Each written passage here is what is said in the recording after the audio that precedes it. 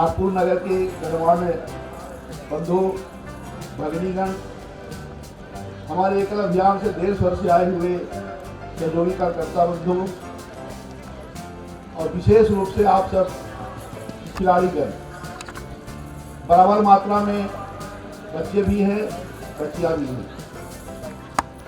नागपुर की धरती ऐसे ही देश भर में सबके लिए पुण्य भूमि मानी जाती है और आज हम इस अवसर पर आए हैं जिस भगवान राम के पद चिन्हों पर चलने के लिए, राम राज की कल्पना के लिए नागपुर में संघ की स्थापना हुई। आज उसको साकार देखते हुए हम सभी नागपुर में हैं, इसलिए हम सब भी पुण्य के भागी बन रहे हैं। विशेष रूप से आप सब बच्चे, यदि यह कार्यक्रम नहीं होता शायद आप नागपुर कब आते, कैसे आते पता नहीं, परंतु आज का संयोग हम सबों के लिए बहुत सुखद है। पूर्व के वक्ताओं ने खेल भावना के बारे में बहुत कुछ बताया है, परंतु यह एकल अभियान के द्वारा यह कार्यक्रम चलाना एक अलग से व्यवस्था क्यों बनाई गई, सोचने का विषय यह है। हम सबों ने विभिन्न प्रकार के खेल प्रतियोगिताएं देखी है, विभिन्न प्रकार के खिलाड़ियों को भी देखा है, बहुत सारे इंस्टीट्यूशंस इस पर काम कर रहे हैं। आज ऐसे खेल जिनको ज़्यादा महत्व मिला वो बहुत खर्चे के हैं और केवल ऐसे लोग उसमें भाग ले सकते हैं जिनके पास बहुत सारे धन संपत्ति हैं या व्यवस्थाएं हैं, नगरों में हैं लोग। क्रिकेट उसी में से एक ऐसा खेल है, परंतु एकल अभियान ने उन खेलों को चुना है केवल जिनमें शारीरिक प्रदर्शन की आवश्यकता है, केवल खुद की प्रतिभा को उभारने की आवश्यकता है केवल, और वह प्रतिभा हमेशा से ही गांव और जंगलों में विद्यमान रहा है। हम सबों के सामने इतिहास है, भगवान राम के दोनों पुत्र भी लव और कुश जंगल में ही पले बढ़े और उनकी पठन पाठन से लेकर सारे धर्म विद्या तक भी सब कुछ जंगलों में हुआ। कई प्रकार की कथा कहानियां चलती हैं, परंतु यह तो सत्य है कि जो चीजें अयोध्या में रह के नहीं हो सकता था, भगवान राम के जमाने में भी उनके रहते वह विश्वामित्र जी के वाल्मीकि जी के आश्रम में वह उनको मिला, क्योंकि वो जंगल में थे। प्रकृति के गोद में पल्ले बढ़ने वाला हमेशा शेर ही होता है। आप सब वास्तव में शेर शावक हैं। आप सबों से जिंदगी में कभी भी पीछे मुड़ के देखने की हम लोग कभी आपको सलाह नहीं देंगे। हमेशा आगे बढ़िए, आगे देखिए। सिंह कभी पीछे नहीं देखता, हमेशा आगे बढ़ता है। और सिंह जब मुड़ के देखता है, सिंहावलोकन कहते हैं, वह देखता क्या चीज है? एक ही चीज देखता है कि कितने भाग जंगल को मैं पार कराया। आप भी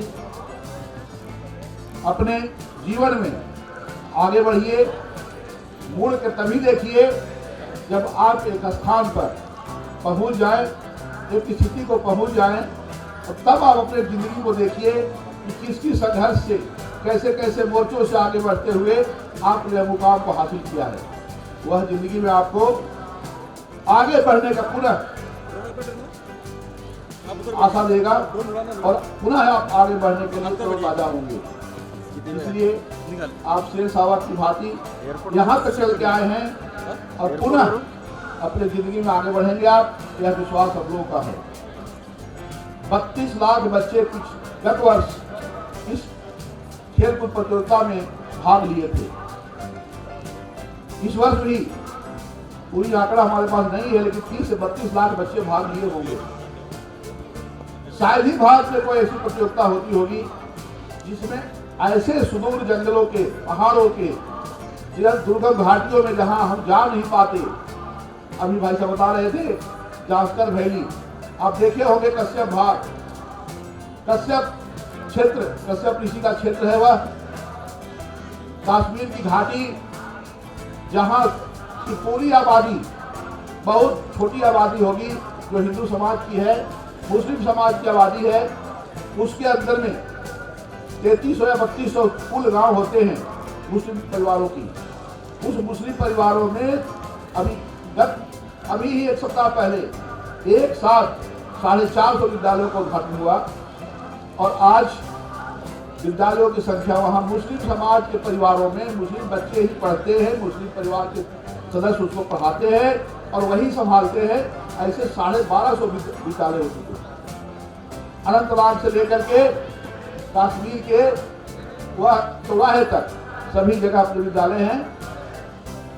तो यह जो एकल विद्यालय का स्वरूप खड़ा हुआ है, जास्कर वैली जहाँ की बात आप पहले सुने, केवल रास्ता ही गुरु नहीं है, केवल और केवल बुद्धिस्ट समाज रहता है, कोई हिंदी भाषा भाषी नहीं है। अन्य प्रांतों के जो भाषाएं हैं वो भी कुछ हिंदी समझते हैं, परंतु उन क्षेत्रों में बोधी के अलावा कोई भाषा कभी बच्चे सुने नहीं। उनके परिवारों में भी 300 विद्यालय चलते हैं। यह एकल की विशेषता है और उन क्षेत्रों से बच्चे निकल के आए, जिन बच्चों को जिला केंद्रों तक जाकर के कहीं अपना प्रतिभा का मंचन करने का अवसर शायद नहीं मिलता, ऐसे बच्चों को अवसर दिलाने का काम एकल अभियान करना प्रारंभ किया है और आज यह स्वरूप यहाँ तक आया है। और एक और आपके लिए संतोष का विषय, जो भी बच्चे आए हैं सब रजिस्ट्रेशन करा के सूट देकर आए हैं। कोई ऐसा बच्चा नहीं होगा जिसने सूट नहीं दिया। तो हम लोगों ने गांव के लोगों को, सारे सरकारों ने जो व्यवस्था बनाई गांव के लोगों को पंगु बनाने का, गांव के स्वाभिमान और स्वावलंबन को नष्ट करने का, वह केंद्रीय सरकार हो या प्रांतीय सरकारें हो, सबके सब लोगों ने एक ही काम किया है, खैरात की चीजें बांटो और लोगों को अपना पैर पर चलने का काम बंद करो, ताकि सरकार की ओर मुंह देखते रहें और हमारे गुलाम बने रहे। एकल अभियान ने उस परिपाटी को बदलना शुरू किया है। सबको अपने पैरों पर चल के आगे बढ़ना है, स्वावलंबन से स्वाभिमान की जिंदगी जीना है। ये बच्चे भी आज स्वाभिमान की जिंदगी जिएंगे, क्योंकि एकल एक ऐसा प्लेटफॉर्म बनाया है, ऐसा अवसर दिया है। आप देख रहे होंगे देश दुनिया में कम से कम भारत के प्रवासी जितने भी सेना में गए हुए लोग हैं, बहुत ऊपर के पदों पर भले ही संभ्रांत परिवारों से लोग जाते हैं, परंतु जहां सरहद पर दिन भर रात भर रह के लड़ने की बात होती है, जिसको वास्तव में देश के सिपाही कहे जाते हैं, ऐसे सारे लोग गांव और जंगलों से ही निकल के आते हैं। जहां भी देश की सुरक्षा की बात होती है, गांव और जंगल ही आगे आता है। हम नगरवासियों को उनके प्रति हमेशा कृतज्ञता का भाव रखना चाहिए कि हमें सुरक्षित रखने के लिए उन सबों ने अपनी जिंदगी दांव पर लगाई है।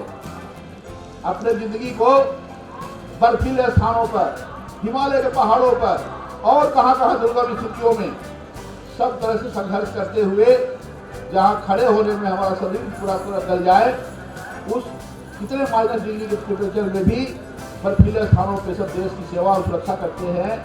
ऐसे सही हमारे सैनिकों के परिवारों के प्रति भी हमें कृतज्ञ होना चाहिए।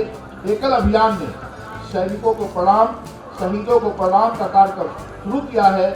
वह भी गांव जंगलों के क्षेत्रों में बहुत ही अच्छे उसके परिणाम आ रहे हैं। आज देश के हमारे सारे सैनिक परिवार आज एकल अभियान के साथ जुड़ने लगे हैं। यदि जिस अनुशासन से वो जीते हैं, ऐसा अनुशासन का परिवार हमारे एकल अभियान से जुड़े, उनका संस्कार हमारे एकल अभियान के साथ जुड़ता है।